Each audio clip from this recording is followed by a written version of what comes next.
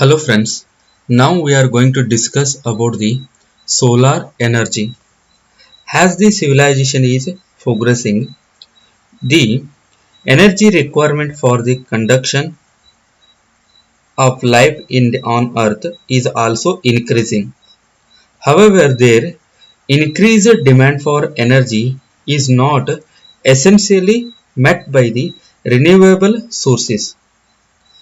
The extensive use of non-renewable sources not only result into their deployment but also create the lots of environmental disorders. Therefore, it is very essential to think of new energy production process which satisfy the environmental norms. Solar energy is one of the solution for the sustainable energy conversion process. Solar radiation coming from sun is highly useful in photosynthesis and is the major energy sources for ecosystem. Solar energy is non-depleting, non-polluting and available freely. It is considered as sustainable renewable energy. Only about 0.2 to 0.5% of solar energy being used by the plants for photosynthesis. The radiations reaching earth from the sun and converting into different useful forms of energy is called solar energy. Whatever the radiations coming out from the sun and they are reaching to the earth, those radiations are converted into different forms of energy. That is called solar energy. The utilization of solar energy are two types. First type is direct utilization of solar energy. In the direct utilization of solar energy involves only single step transformation into a usable forms. In the direct utilization of solar energy is converted into other form of energy within a single step. For example, photovoltaic cell and solar water heater. In the photovoltaic cell, solar energy is directly converted into electrical energy. In the solar water heater, solar energy is directly converted into heat energy. Next one is indirect utilization of solar energy. In the indirect solar energy involves more than one step transformation to reach the usable forms. That means in order to convert the solar energy into the other useful form, it involves the different steps. For example, photosynthesis. In the photosynthesis, by using the carbon dioxide, water, minerals and by using the solar energy, plants are going to produce the oxygen and food. These oxygen and food are utilized by the other life system on earth. This is the indirect conversion of solar energy where solar energy is converted into food energy and that food is taken by the other animals and they are going to generate the different types of energy as their requirement. Conversion of solar energy are two types. First one is thermal conversion. In this method involves the conversion of solar energy into heat energy. In this conversion, solar radiation are absorbed by the flat plate collector in the form of infrared radiations. The energy so produced used to for heating purpose or water heating for domestic and metallurgical processes.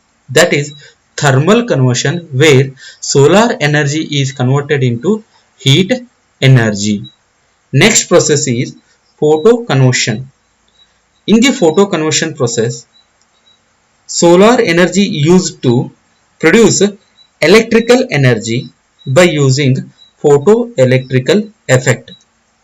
In this process, solar radiation is absorbed by the metal surface and photons of light excite the electrons from the metal surface. The electrons so excited flow through the external circuit against the current and produces electrical energy. The metal surface used for the absorption solar radiation is called solar cell or photovoltaic cell and is designed using semiconductor theory. Next point is that is the photovoltaic cell. The photovoltaic cell are semiconductor device which convert solar energy into a electrical energy. These devices directly convert the solar radiations into electrical energy, and that electrical energy is used for different applications.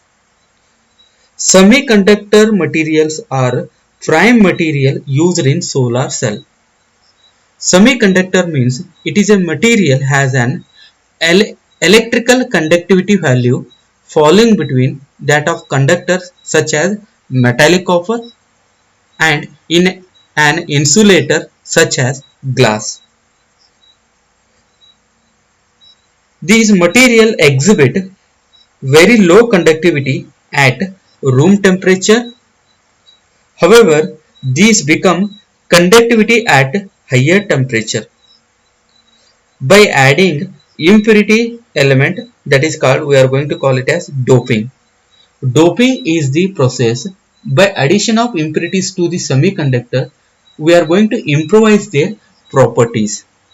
In PV cells, most widely used material is silicon, which exhibit semiconductor properties.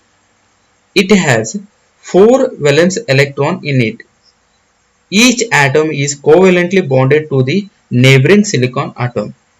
While conducting electric current, silicon has 2 bands, valence band and conduction band. When energy supplied, valence electron jumps into the conduction band and the material becomes conductivity. In these semiconductors is energy gap between valence band and conduction band is very small. Because of that, electron can easily jump to the valence band to the conduction band. Conduction showed by the pure electron may not be sufficient for the application. Conductivity of the silicon is enhanced by the doping process. Hence, in the PV cell, we are going to use the 2 types of doped material of silicon. One is P type of semiconductor, other one is N type of semiconductor. In N type of semiconductor, silicon is with element having 5 fine valence electron such as arsenic, phosphorus and antimony. Here in the N type of semiconductor, silicon is doped with 5 valence electron element here doped like arsenic, phosphorus, and antimony. Each atom of antimony, when replaced the silicon atom of the 5 valence electrons of antimony, here makes the forms bonds with the silicon, but one electron of silicon is left behind. That means out of 5 valent electron of antimony, are 4 electrons are utilized in bonding with the silicon, but one electron of antimony is left behind, and this electron will conduct the electric current freely. That's why it is called N type of semiconductor. In P type of semiconductor, P type doping, silicon is doped with element having 3 valence electron such as boron. Here, each atom of boron when doped replaces a silicon in structure. All the 3 valence electron of boron will form the covalent bond with silicon, but one electron of silicon is remain single. It will not make any bond with boron. Because of this, it will create a hole in the structure. The one position left free and is called hole, which is positively charged.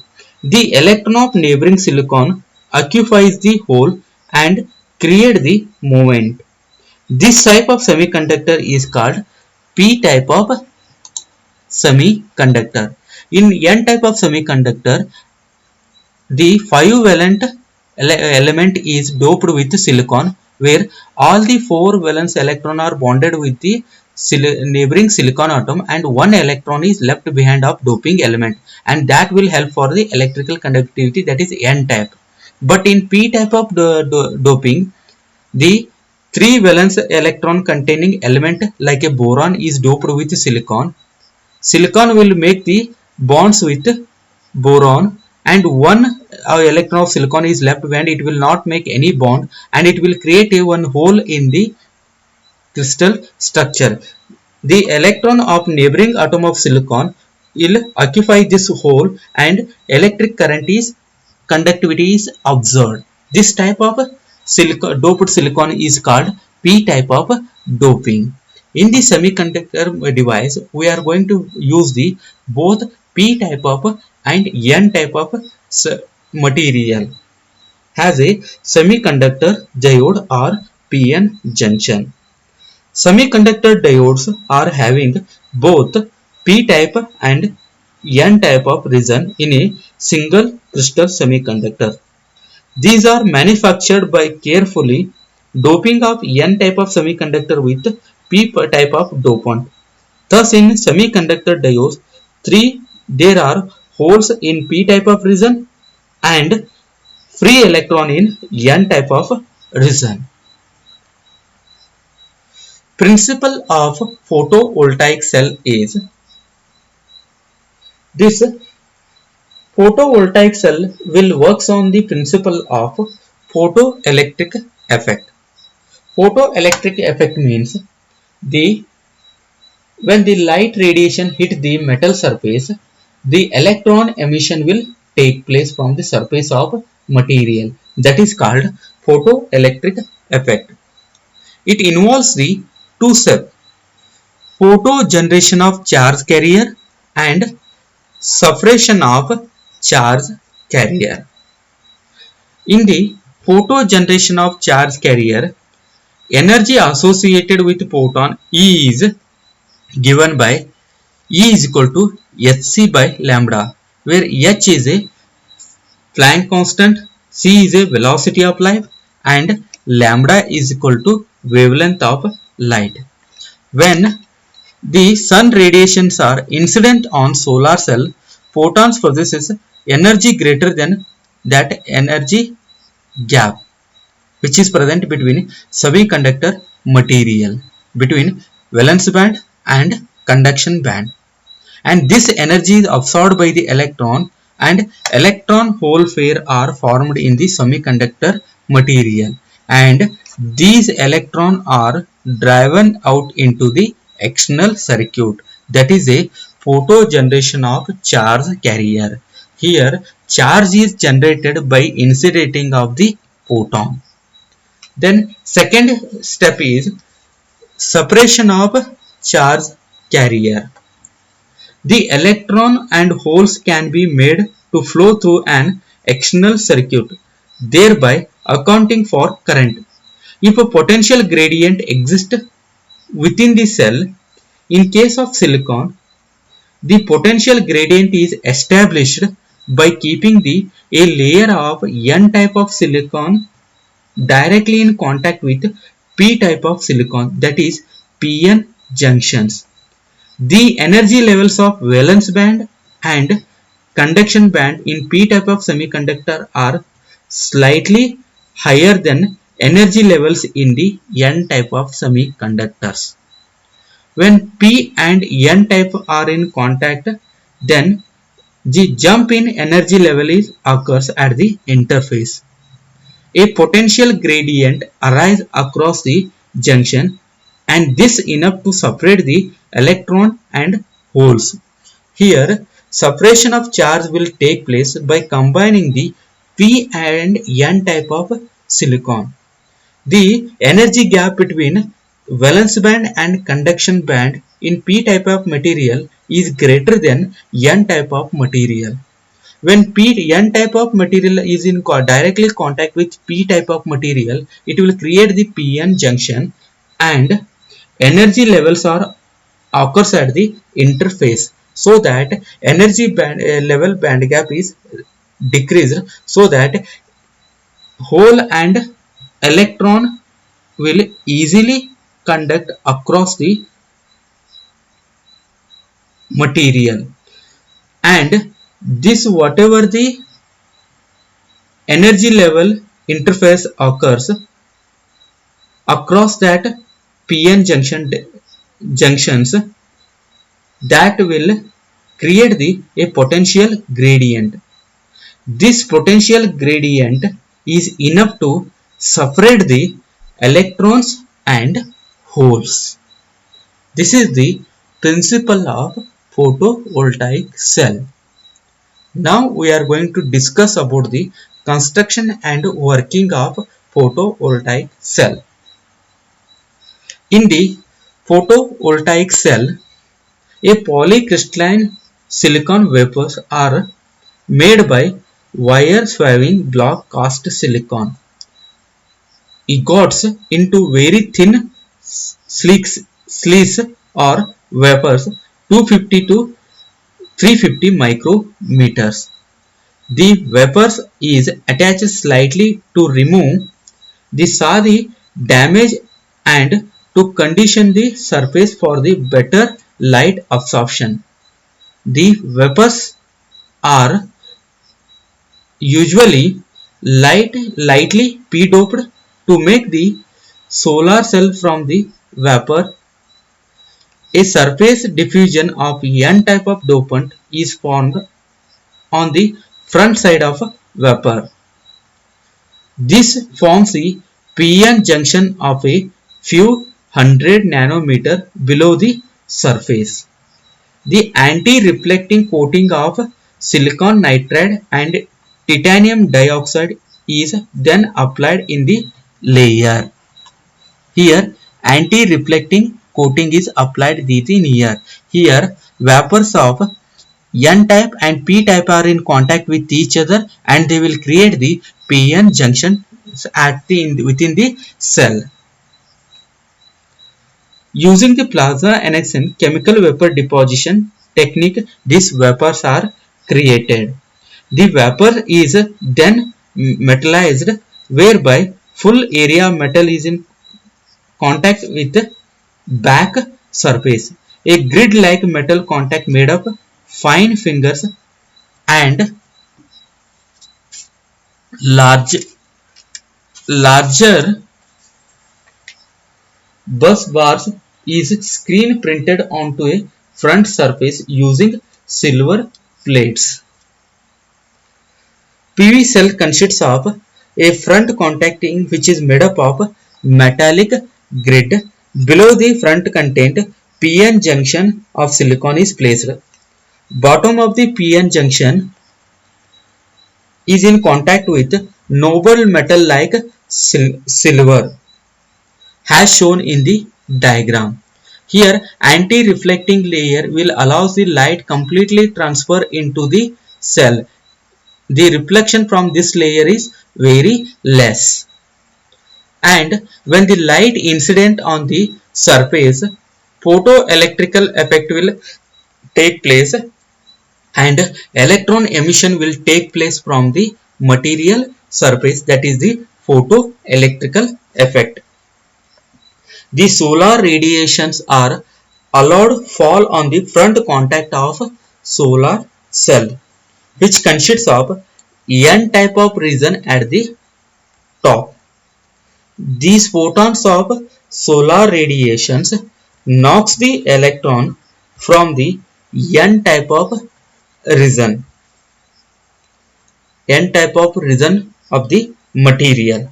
The free electrons so formed will diffuse from the N type of region into the P type of region of semiconductor diode. Complete the circuit. In this way, electrical energy is produced from the solar cell or photovoltaic cell and is used for various applications. Here, when the light energy is hit the surface of solar cell, it will come in contact with N type of material, and this light energy having the sufficient amount of energy which can knocks the electron from N type of region to the P type of region, so that electrical conductivity will take place, and that whatever the electrical energy is generated, that we are going to use for the several applications. Advantage of solar cell or photovoltaic cell.